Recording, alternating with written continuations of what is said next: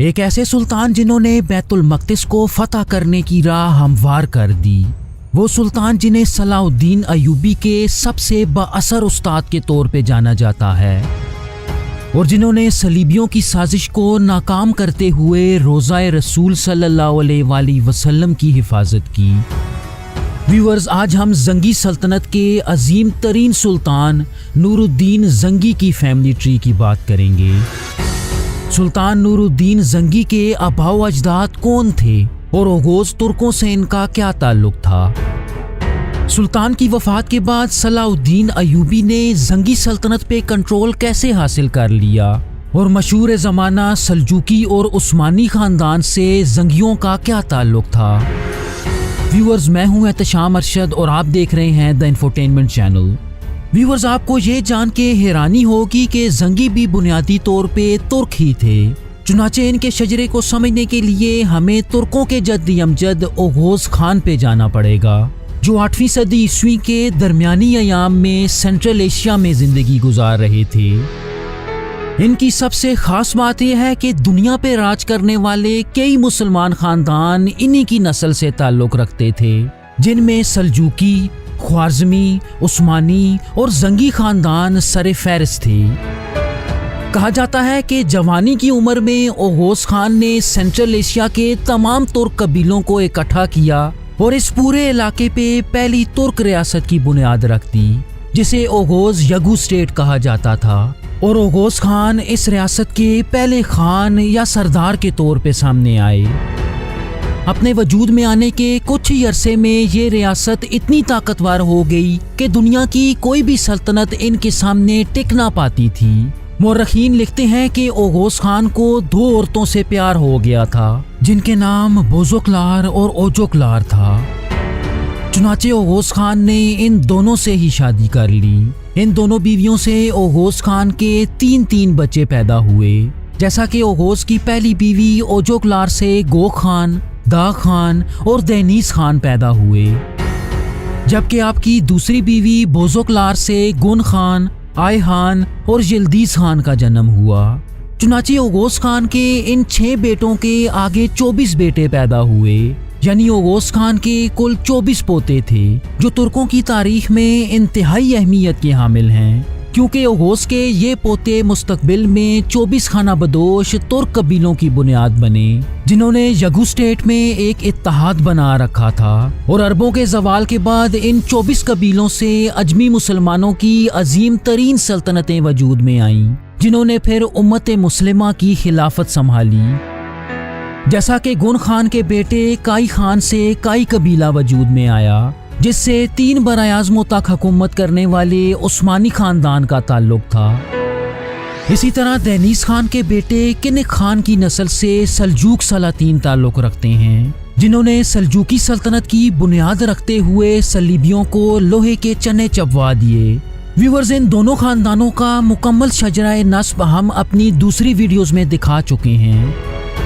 چنانچہ اگر زنگی خاندان کی بات کی جائے تو ان کی نسل یلدیز خان کے بیٹے افسار خان سے چلتی ہے، جو قبیلہ افسار کے جد امجد مانے جاتے ہیں۔ کہا جاتا ہے کہ ان لوگوں نے 16ویں صدی عیسوی کی صفوی سلطنت کے قیام میں انتہائی اہم کردار ادا کیا۔ اسی طرح ایران کے نادر شاہ، جنہوں نے افساری سلطنت کی بنیاد رکھی، ان کا تعلق بھی افسار قبیلے سے ہی تھا۔ چنانچہ اس پوائنٹ پہ اگر یہ کہا جائے کہ سلجوقی، زنگی، عثمانی اور افساری سلطنت ایک ہی بلڈ لائن سے تھے تو یہ غلط نہ ہوگا۔ ویورز، افسار خان سے چند نسلیں آگے ترکان بے آتے ہیں، جنہیں زنگی خاندان کے جد امجد کے طور پہ دیکھا جاتا ہے۔ کہا جاتا ہے کہ جب کنک قبیلے کے سردار سلجوق بیگ نے یگو اسٹیٹ چھوڑنے کا فیصلہ کیا تو ترکان بے بھی اپنے پورے قبیلے کے ساتھ ان کے پیچھے پیچھے یگو اسٹیٹ چھوڑ آئے۔ یہی وجہ تھی کہ سلجوق سلطنت کے قیام کے بعد ترکان بیگ کی نسل کو کئی اونچے عہدے عنایت کیے گئے۔ ترکان بیگ کے بعد اس شجرے میں ان کے بیٹے سنکور الحاجب آتے ہیں۔ ابن اسیر کے مطابق انہوں نے سلجوقی سلطان ملک شاہ کے شانہ بشانہ کئی جنگیں لڑیں، جس کی بدولت سلطان نے انہیں حلب کا گورنر مقرر کر دیا۔ اس کے ساتھ ساتھ انہیں قاسم الدولہ کا لقب بھی دیا گیا، جس کا مطلب تھا کہ وہ سلطان کے ساتھ ریاستی معاملات میں برابر کے شریک تھے۔ اور ویورز، یہ عہدہ سلجوقی سلطنت میں انتہائی اونچا عہدہ سمجھا جاتا تھا۔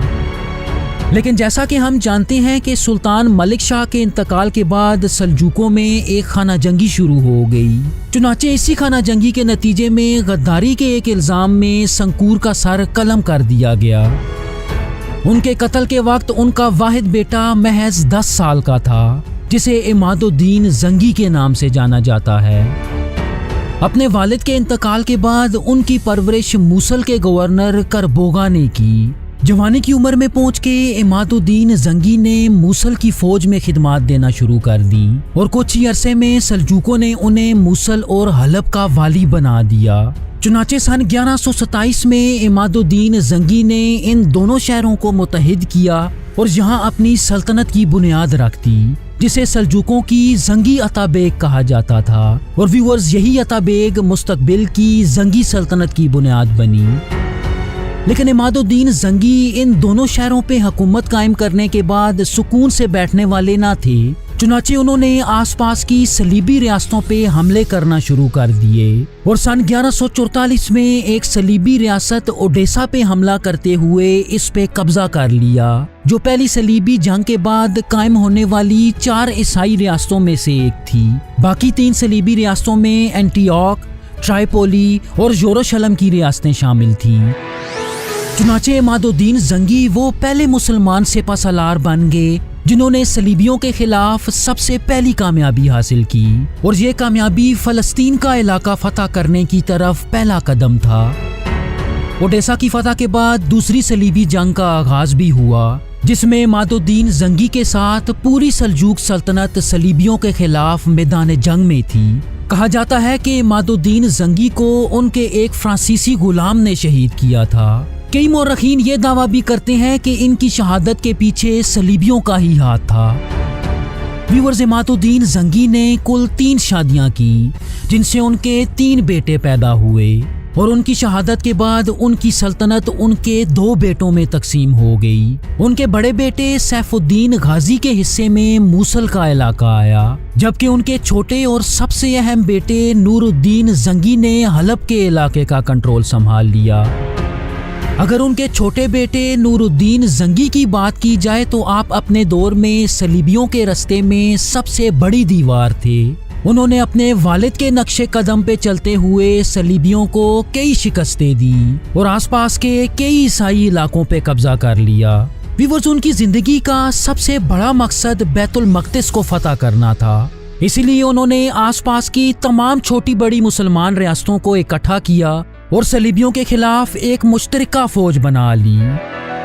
کہا جاتا ہے کہ انہوں نے مسجد اقصیٰ کے لیے انتہائی قیمتی ممبر بنوا رکھا تھا، جو بیت المقدس کے فتح ہونے کے بعد وہ اپنے ہاتھوں سے مسجد اقصیٰ میں نصب کرنا چاہتے تھے، لیکن وہ اپنی پوری زندگی کئی کوششوں کے باوجود بیت المقدس کو آزاد نہ کرا سکے۔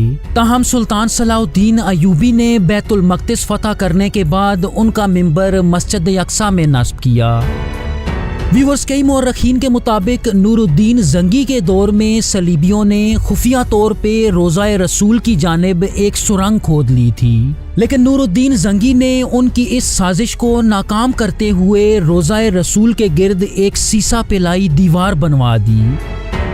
یہاں آپ کو یہ بھی بتاتے چلیں کہ سلطان صلاح الدین ایوبی نے بھی اپنے فوجی سفر کا آغاز نور الدین زنگی کی فوج سے ہی کیا تھا، اور سلطان نور الدین زنگی کی بھیجی گئی اس فوج کا حصہ تھے جس نے مصر فتح کیا۔ چنانچہ سلطان صلاح الدین ایوبی نے مصر فتح ہونے کے بعد یہاں اپنی ایوبی سلطنت کی بنیاد رکھ دی اور اپنی سلطنت کو زنگی سلطنت کے ماتحت کر دیا۔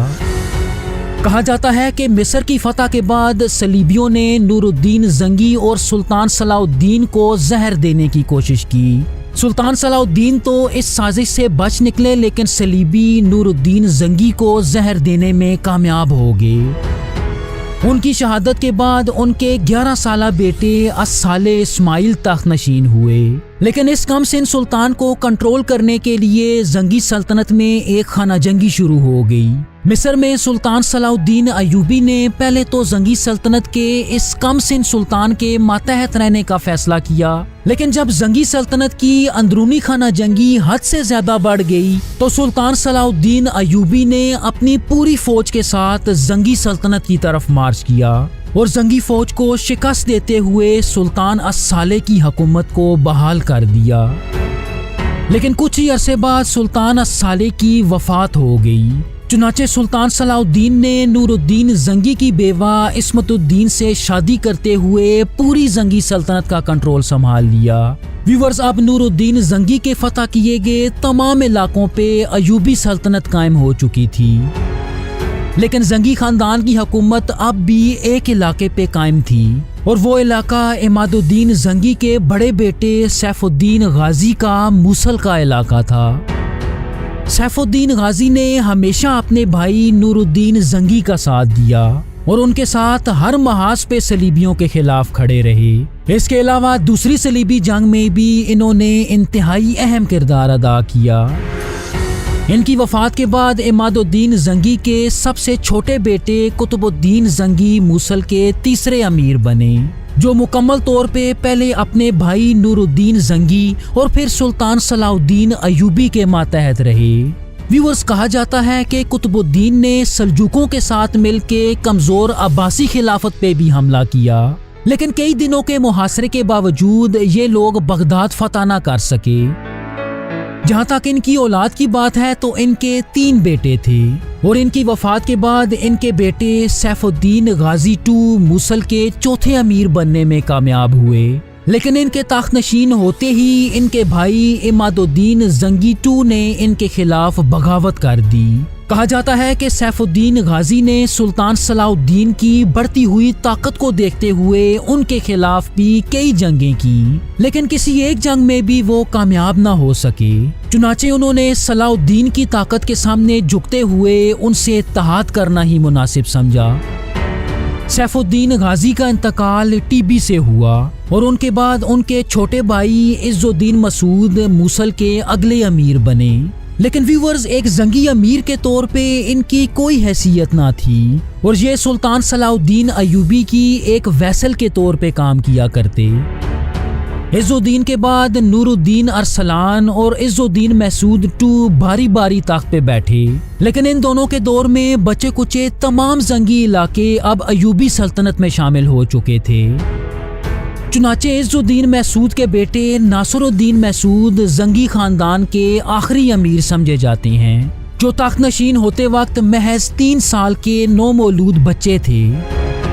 چنانچہ آپ موصل میں موجود ایک زنگی غلام بدر الدین لولو کی سرپرستی میں تھے، جس نے کچھ ہی عرصے میں اس کم سن حکمران کو قتل کرا دیا اور بچے کچے زنگی علاقوں پہ اپنی خود مختار حکومت کا اعلان کر دیا۔ لیکن کچھ ہی عرصے بعد بدر الدین کی اس سلطنت کا خاتمہ منگولوں کے ہاتھ ہوا، چنانچہ زنگی سلطنت کا مکمل طور پہ خاتمہ ہو گیا۔ ویورز، سلطان صلاح الدین ایوبی کے آباء و اجداد کون تھے؟ ایوبی خاندان کا مکمل شجرہ نسب دیکھنے کے لیے اسکرین پہ دی گئی ویڈیو ضرور ملاحظہ کیجیے۔ تھینک یو سو مچ۔ اللہ حافظ۔